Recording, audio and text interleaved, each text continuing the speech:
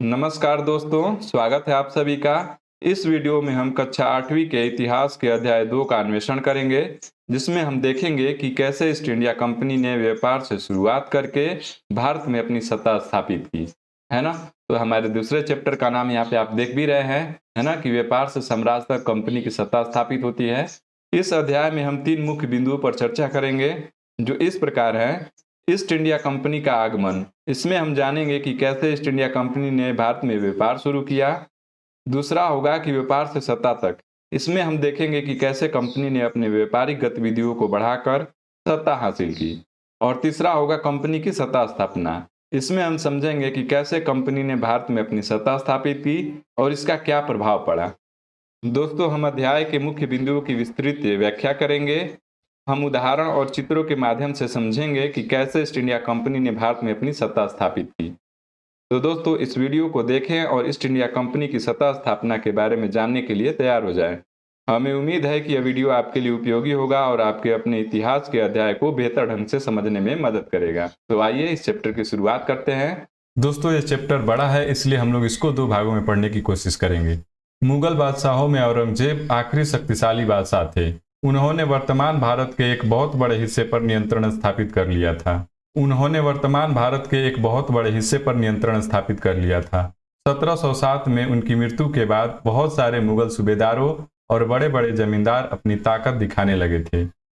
उन्होंने अपनी क्षेत्रीय रियासतें कायम कर ली थी। जैसे जैसे विभिन्न भागों में ताकतवर क्षेत्रीय रियासतें सामने आने लगी, दिल्ली अधिक दिनों तक प्रभावी केंद्र के रूप में नहीं रह सकी, है ना। तो 1707 में मुगल बादशाह औरंगजेब की मृत्यु के बाद मुगल साम्राज्य धीरे धीरे पतन की ओर जाने लगा। 18वीं सदी के उत्तरार्ध तक राजनीतिक क्षितिज पर अंग्रेजों के रूप में एक नई ताकत उभरने लगी थी। क्या आप जानते हैं कि अंग्रेज पहले पहल एक छोटी सी व्यापारिक कंपनी के रूप में भारत आए थे और यहाँ के इलाकों पर कब्जे में उनकी कोई दिलचस्पी नहीं थी। तो ऐसा कैसे हुआ कि एक दिन वे इस विशाल साम्राज्य के स्वामी बन बैठे? इस अध्याय में आप देखेंगे कि यह कैसे हुआ, है ना। तो ये सारे सवाल का जवाब हमें इस चैप्टर में मिलने वाला है। इस चित्र को भी देख लेते हैं। इसमें क्या बता रहा है कि कैप्टन हडसन द्वारा बहादुर शाह जफर और उनके बेटों की गिरफ्तारी। औरंगजेब के बाद कोई मुगल बादशाह इतना ताकतवर नहीं हुआ, लेकिन एक प्रतीक के रूप में मुगल बादशाहों का महत्व बना हुआ था। जब 1857 में ब्रिटिश शासन के विरुद्ध भारी विद्रोह शुरू हो गया, तो विद्रोहियों ने मुगल बादशाह बहादुर शाह जफर को ही अपनी नेता मान लिया। जब विद्रोह कुचल दिया गया, तो कंपनी ने बहादुर शाह जफर को देश छोड़ने के लिए मजबूर कर दिया और उनके बेटों को जफर के सामने ही मार डाला, है ना। तो इस चित्र में दिखाया गया है, यहाँ पे बहादुर शाह जफर हैं और यहाँ पे उनके पुत्र को दिखाया गया है। इस चित्र में 18वीं सदी में भारत तक आने वाले रास्ते को दिखाया गया है।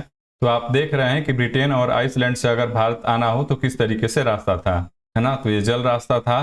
तो आप यहाँ पे देख रहे हैं केप ऑफ गुड होप के थ्रू ही भारत आया जा सकता था। तो ये रास्ता 18वीं सदी का है ना। आइए अब हम पूर्व में ईस्ट इंडिया कंपनी का आना पढ़ते हैं। सन 1600 में ईस्ट इंडिया कंपनी ने इंग्लैंड की महारानी एलिजाबेथ प्रथम से चार्टर अर्थात इजाजतनामा हासिल कर लिया, जिससे कंपनी को पूरब से व्यापार करने का एकाधिकार मिल गया। इस इजाजतनामे का मतलब यह था कि इंग्लैंड की कोई और व्यापारिक कंपनी इस इलाके में ईस्ट इंडिया कंपनी से होड़ नहीं कर सकती थी। इस चार्टर के सहारे कंपनी समुद्र पार जाकर नए इलाकों को खंगाल सकती थी, वहां से सस्ती कीमत पर चीजें खरीद कर उन्हें यूरोप में ऊंची कीमत पर बेच सकती थी। कंपनी को दूसरी अंग्रेज व्यापारी कंपनियों से कोई प्रतिस्पर्धा का भय नहीं था। उस जमाने में वाणिज्यिक कंपनियां मोटे तौर पर प्रतिस्पर्धा से बचकर ही मुनाफा कमा सकती थीं। अगर कोई प्रतिस्पर्धी न हो तो वे सस्ती चीजें खरीदकर उन्हें ज्यादा कीमत पर बेच सकती थी। लेकिन यह शाही दस्तावेज दूसरी यूरोपीय ताकतों को पूरब के बाजारों में आने से नहीं रोक सकता था। जब तक इंग्लैंड के जहाज अफ्रीका के पश्चिमी तट को छूते हुए केप ऑफ गुड होप का चक्कर लगाकर हिंद महासागर पार करते, तब तक पुर्तगालियों ने भारत के पश्चिमी तट पर अपनी उपस्थिति दर्ज करा दी थी। वे गोवा में अपना ठिकाना बना चुके थे। पुर्तगाल के खोजी यात्री वास्को दा गामा ने ही 1498 में पहली बार भारत तक पहुंचने के इस समुद्री मार्ग का पता लगाया था। 17वीं शताब्दी की शुरुआत तक डच भी हिंद महासागर में व्यापार की संभावनाएं तलाशने लगे थे। कुछ ही समय बाद फ्रांसीसी व्यापारी भी सामने आ गए, है ना। तो हम देख रहे हैं कि किस तरीके से एक एक करके यूरोपीय कंपनियां भारत में आने लगी। समस्या यह थी कि सारी कंपनियां एक जैसी चीजें ही खरीदना चाहती थीं। यूरोप के बाजारों में भारत के बने बारीक सूती कपड़े और रेशम की जबरदस्त मांग थी। इसके अलावा काली मिर्च, लौंग, इलायची और दालचीनी की भी जबरदस्त मांग रहती थी। यूरोपीय कंपनियों के बीच इस बढ़ती प्रतिस्पर्धा ने भारतीय बाजारों में इन चीजों की कीमतें बढ़ने लगी और उनसे मिलने वाला मुनाफा गिरने लगा। अब इन व्यापारिक कंपनियों के फलने फूलने का एक ही रास्ता था कि वे अपने प्रतिस्पर्धी कंपनियों को खत्म कर दें। लिहाजा बाजारों पर कब्जे की इस होड़ ने व्यापारिक कंपनियों के बीच लड़ाइयों की शुरुआत कर दी। 17वीं और 18वीं सदी में जब भी मौका मिलता, कोई सी एक कंपनी किसी दूसरी कंपनी के जहाज को डुबो देती, रास्ते में रुकावटें खड़ी कर देती और माल से लदे जहाजों को आगे बढ़ने से रोक देती। यह व्यापार हथियारों की मदद से चल रहा था और व्यापारिक चौकियों को किलेबंदी के जरिए सुरक्षित रखा जाता था। अपनी बस्तियों को किलेबंद करने और व्यापार में मुनाफा कमाने की इन कोशिशों के कारण स्थानीय शासकों से भी टकराव होने लगे। इस प्रकार व्यापार और राजनीति को एक दूसरे से अलग रखना कंपनी के लिए मुश्किल होता जा रहा था। आइए देखें यह कैसे हुआ। तो सबसे पहले हम देखेंगे ईस्ट इंडिया कंपनी बंगाल में व्यापार शुरू करती है। यहाँ बता रहा है, पहली इंग्लिश फैक्ट्री 1651 में हुगली नदी के किनारे शुरू हुई। कंपनी के व्यापारी यहीं से अपना काम चलाते थे। इन व्यापारियों को उस जमाने में फैक्टर कहा जाता था। इस फैक्ट्री में वेयर हाउस था जहां निर्यात होने वाली चीजों को जमा किया जाता था। यहीं पर उनके दफ्तर थे जिनमें कंपनी के अफसर बैठते थे। जैसे जैसे व्यापार फैला, कंपनी ने सौदागरों और व्यापारियों को फैक्ट्री के आसपास आकर बसने के लिए प्रेरित किया। 1696 तक कंपनी ने इस आबादी के चारों तरफ एक किला बनाना शुरू कर दिया था। 2 साल बाद उसने मुगल अफसरों को रिश्वत देकर 3 गांवों की जिम्मेदारी भी खरीद ली। इनमें से एक गांव कालीकता था जो बाद में कलकत्ता बना। अब इसे कोलकाता कहा जाता है ना। तो पहले कालीकता था, बाद में इसको कलकत्ता कहा गया और अब इसे कोलकाता कहा जाता है। कंपनी ने मुगल सम्राट औरंगजेब को इस बात के लिए तैयार कर लिया कि वह कंपनी को बिना शुल्क चुकाए व्यापार करने का फरमान जारी कर दें। फरमान क्या होता है? फरमान एक शाही संदेश होता है। कंपनी ज्यादा से ज्यादा रियायतें हासिल करने और पहले से मौजूद अधिकारों का ज्यादा से ज्यादा फायदा उठाने में लगी हुई थी। उदाहरण के लिए औरंगजेब के फरमान से केवल कंपनी को ही शुल्क मुक्त व्यापार करने का अधिकार मिला था। कंपनी के जो अफसर निजी तौर पर व्यापार चलाते थे उन्हें यह छूट नहीं थी, लेकिन उन्होंने भी शुल्क चुकाने से इनकार कर दिया। इससे बंगाल में राजस्व की वसूली बहुत कम हो गई। ऐसे में भला बंगाल के नवाब मुर्शिद कुली खां विरोध क्यों न करते। इस चित्र में दिखाया गया है मद्रास के जहाजों से सामान लाती स्थानीय नौकाएं। विलियम सिम्पन्स द्वारा बनाया गया चित्र 1867। अब हम पढ़ते हैं व्यापार से युद्धों तक। 18वीं सदी की शुरुआत में कंपनी और बंगाल के नवाबों का टकराव काफी बढ़ गया था। औरंगजेब की मृत्यु के बाद बंगाल के नवाब अपनी ताकत दिखाने लगे थे। मुर्शिद कुली खां के बाद अली वर्दी खां और उसके बाद सिराजुद्दौला बंगाल के नवाब बने। वे सभी शक्तिशाली शासक थे। उन्होंने कंपनी को रियायतें देने से मना कर दिया। व्यापार का अधिकार देने के बदले कंपनी से नजराने मांगे, उससे सिक्के ढलने का अधिकार नहीं दिया और उसकी किलेबंदी को बढ़ने से रोक दिया। बंगाल पर धोखाधड़ी का आरोप लगाते हुए उन्होंने दलील दी कि उनकी वजह से बंगाल सरकार की राजस्व वसूली कम होती जा रही है और नवाबों की ताकत कमजोर पड़ रही है। कंपनी टैक्स चुकाने को तैयार नहीं थी। उसके अफसरों ने अपमानजनक चिट्ठियां लिखी और नवाबों और उनके अधिकारियों को अपमानित करने का प्रयास किया। कंपनी का कहना था कि स्थानीय अधिकारियों की बेतुकी मांगों से कंपनी का व्यापार तबाह हो रहा है। व्यापार तभी फल फूल सकता है जब सरकार शुल्क हटा ले। कंपनी को इस बात का भी यकीन था कि अपना व्यापार फैलाने के लिए उसे अपनी आबादी बढ़ानी होगी, गांव खरीदने होंगे और किलों का पुनर्निर्माण करना होगा। ये टकराव दिनों दिन गंभीर होते गए। अंततः इन टकरावों की परिणति प्लासी के प्रसिद्ध युद्ध के रूप में हुई। यहाँ कठपुतली शब्द को समझाया गया है। यह एक खिलौना होता है जिसे आप धागों के सहारे अपने हिसाब से नचाते हैं। जो व्यक्ति किसी और के सहारे पर चलता है उसे भी मजाक उड़ाने के लिए अक्सर कठपुतली कहा जाता है। अब आइए दोस्तों हम लोग प्लासी का युद्ध पढ़ते हैं। 1756 में अली वर्दी खान की मृत्यु के बाद सिराजुद्दौला बंगाल के नवाब बने। तो इस लाइन को आप याद रखिएगा कि 1756 में अली वर्दी खां की मृत्यु के बाद सिराजुद्दौला बंगाल के नवाब बनते हैं। कंपनी को सिराजुद्दौला की ताकत से काफी भय था। सिराजुद्दौला की जगह कंपनी एक ऐसा कठपुतली नवाब चाहती थी जो उसके व्यापारिक रियायतें और अन्य सुविधाएं आसानी से देने में आनाकानी न करे। कंपनी ने प्रयास किया कि सिराजुद्दौला के प्रतिद्वंदियों में से किसी को नवाब बना दिया जाए।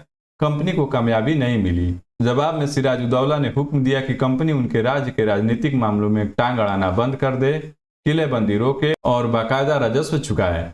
जब दोनों पक्ष पीछे हटने को तैयार नहीं हुए तो अपने 30,000 सिपाहियों के साथ नवाब ने कासिम बाजार में स्थित इंग्लिश फैक्ट्री पर हमला बोल दिया।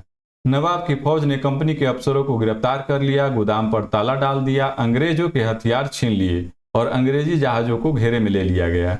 इसके बाद नवाब ने कंपनी के कलकत्ता स्थित किले पर कब्जे के लिए उधर का रुख किया। कलकत्ता के हाथ से निकल जाने की खबर सुनने पर मद्रास में तैनात कंपनी के अफसरों ने रॉबर्ट क्लाइव के नेतृत्व में सेना को रवाना कर दिया। यहाँ देखिए कुछ दिया हुआ है बॉक्स में। क्या आप जानते थे कि प्लासी का नाम किस तरह पड़ा? दरअसल असली नाम पलासी था, जिसे अंग्रेजों ने बिगाड़कर प्लासी कर दिया था। इस जगह को पलासी यहाँ पाए जाने वाले पलास के फूलों के कारण कहा जाता था। पलास के खूबसूरत लाल फूलों से गुलाल बनाया जाता है, जिसका होली पर इस्तेमाल होता है ना। तो हम लोग प्लासी का युद्ध पढ़ रहे थे, तो उसमें हमने देखा कि कलकत्ता के हाथ से निकल जाने की खबर सुनने पर मद्रास में तैनात कंपनी के अफसरों ने रॉबर्ट क्लाइव के नेतृत्व में सेना को रवाना कर दिया। इस सेना को नौसैनिक बेड़े की मदद भी मिल रही थी। इसके बाद नवाब के साथ लंबे समय तक सौदेबाजी चलती रही। आखिरकार 1757 में रॉबर्ट क्लाइव ने प्लासी के मैदान में सिराजुद्दौला के खिलाफ कंपनी की सेना का नेतृत्व किया। नवाब सिराजुद्दौला की हार का एक बड़ा कारण उनके सेनापति में से एक सेनापति मीर जाफर की कारगुजारियां भी थी। मीर जाफर की टुकड़ियों ने इस युद्ध में हिस्सा नहीं लिया। रॉबर्ट क्लाइव ने यह कहकर उसे अपने साथ मिला लिया था कि सिराजुद्दौला को हटाकर मीर जाफर को नवाब बना दिया जाएगा। इस चित्र में देखिए सिराजुद्दौला को दिखाया गया है। इस चित्र के बारे में बता रहा है महान्यायालय कक्ष, East India House, Leadenhall Street. दोस्तों यहाँ पे एक स्रोत दिया हुआ है, इसको भी हम लोग पढ़ लेते हैं। इसका हेडिंग यहाँ पे देख रहे हैं, संपन्नता का आश्वासन। ईस्ट इंडिया कंपनी के लोग कंपनी की शासकीय महत्वाकांक्षाओं को संदेह और अविश्वास से देखते थे। प्लासी की लड़ाई के बाद रॉबर्ट क्लाइव ने अंग्रेज सम्राट के एक मुख्य विदेश मंत्री विलियम पिट को 7 जनवरी 1759 को कलकत्ते से यह चिट्ठी भेजी थी। लेकिन इतनी विशाल सत्ता एक वाणिज्यिक कंपनी के लिए बहुत बड़ी बात होगी। मैं खुद यह सोचकर अभिभूत हूँ कि इन समृद्ध रियासतों पर पूरा कब्जा हासिल करने में कोई परेशानी नहीं आएगी। अब मैं यह फैसला आप पर छोड़ता हूँ कि क्या सालाना 20 लाख स्टर्लिंग की आमदनी और 3 प्रांतों पर कब्जा कोई ऐसी चीज है जिस पर इतना शोर मचाना उचित हो? प्लासी की जंग इसलिए महत्वपूर्ण मानी जाती है क्योंकि भारत में यह कंपनी की पहली बड़ी जीत थी। प्लासी की जंग के बाद सिराजुद्दौला को मार दिया गया और मीर जाफर नवाब बना। कंपनी अभी भी शासन की जिम्मेदारी संभालने को तैयार नहीं थी। उसका मूल उद्देश्य तो व्यापार फैलाना था। अगर यह काम स्थानीय शासकों की मदद से बिना लड़ाई लड़े ही किया जा सकता था तो किसी राज्य को सीधे तौर पर अपने कब्जे में लेने की क्या जरूरत थी? जल्द ही कंपनी को एहसास होने लगा कि यह रास्ता भी आसान नहीं है। कठपुतली नवाब भी हमेशा कंपनी के इशारों पर नहीं चलते थे। आखिरकार उन्हें भी तो अपनी प्रजा की नजर में सम्मान और संप्रभुता का दिखावा करना पड़ता था। तो फिर कंपनी क्या करती? जब मीर जाफर ने कंपनी का विरोध किया तो कंपनी ने उसे हटाकर मीर कासिम को नवाब बना दिया। जब मीर कासिम परेशान करने लगा तो बक्सर की लड़ाई 1764 में उसको भी हारना पड़ा। उसे बंगाल से बाहर कर दिया गया और मीर जाफर को दोबारा नवाब बनाया गया। अब नवाब को हर महीने 5 लाख रुपए कंपनी को चुकाने थे। कंपनी अपने सैनिक खर्चों से निपटने, व्यापारिक जरूरतों तथा अन्य खर्चों को पूरा करने के लिए पैसा चाहती थी। कंपनी और ज्यादा इलाके तथा और ज्यादा कमाई चाहती थी। 1765 में जब मीर जाफर की मृत्यु हुई तब तक कंपनी के इरादे बदल चुके थे। कठपुतली नवाबों के साथ अपने खराब अनुभवों को देखते हुए क्लाइव ने ऐलान किया कि अब हमें खुद ही नवाब बनना पड़ेगा। तो दोस्तों हमने यहाँ पे पढ़ा कि प्लासी का युद्ध 1757 में हुआ था और वहीं बक्सर की लड़ाई यहाँ पे आप देख रहे हैं 1764 में हुआ था। तो इन दोनों तारीखों को आप याद रखिएगा क्योंकि कई दफा ये तारीखें एग्जाम में पूछी जाती हैं, है ना। तो प्लासी का युद्ध 1757 में हुआ था और वहीं बक्सर की लड़ाई आपको 1764 में हुआ था। अब हम आगे पढ़ते हैं। आखिरकार 1765 में मुगल सम्राट ने कंपनी को ही बंगाल प्रांत का दीवान नियुक्त कर दिया। दीवानी मिलने के कारण कंपनी को बंगाल के विशाल राजस्व संसाधनों पर नियंत्रण मिल गया था। इस तरह कंपनी की एक पुरानी समस्या हल हो गई थी। 18वीं सदी की शुरुआत से ही भारत के साथ उसका व्यापार बढ़ता जा रहा था, लेकिन उसे भारत में ज्यादातर चीजें ब्रिटेन से लाए गए सोने और चांदी के बदले खरीदनी पड़ती थी। इसकी वजह यह थी कि उस समय ब्रिटेन के पास भारत में बेचने के लिए कोई चीज नहीं थी। प्लासी की जंग के बाद ब्रिटेन से सोने की निकासी कम होने लगी और बंगाल की दीवानी मिलने के बाद तो ब्रिटेन से सोना लाने की जरूरत ही नहीं रही। अब भारत से होने वाली आमदनी के सहारे ही कंपनी अपने खर्चे चला सकती थी। इस कमाई से कंपनी भारत में सूती और रेशमी कपड़े खरीद सकती थी, अपनी फौजों को संभाल सकती थी और कलकत्ते में किले और दफ्तरों के निर्माण की लागत उठा सकती थी।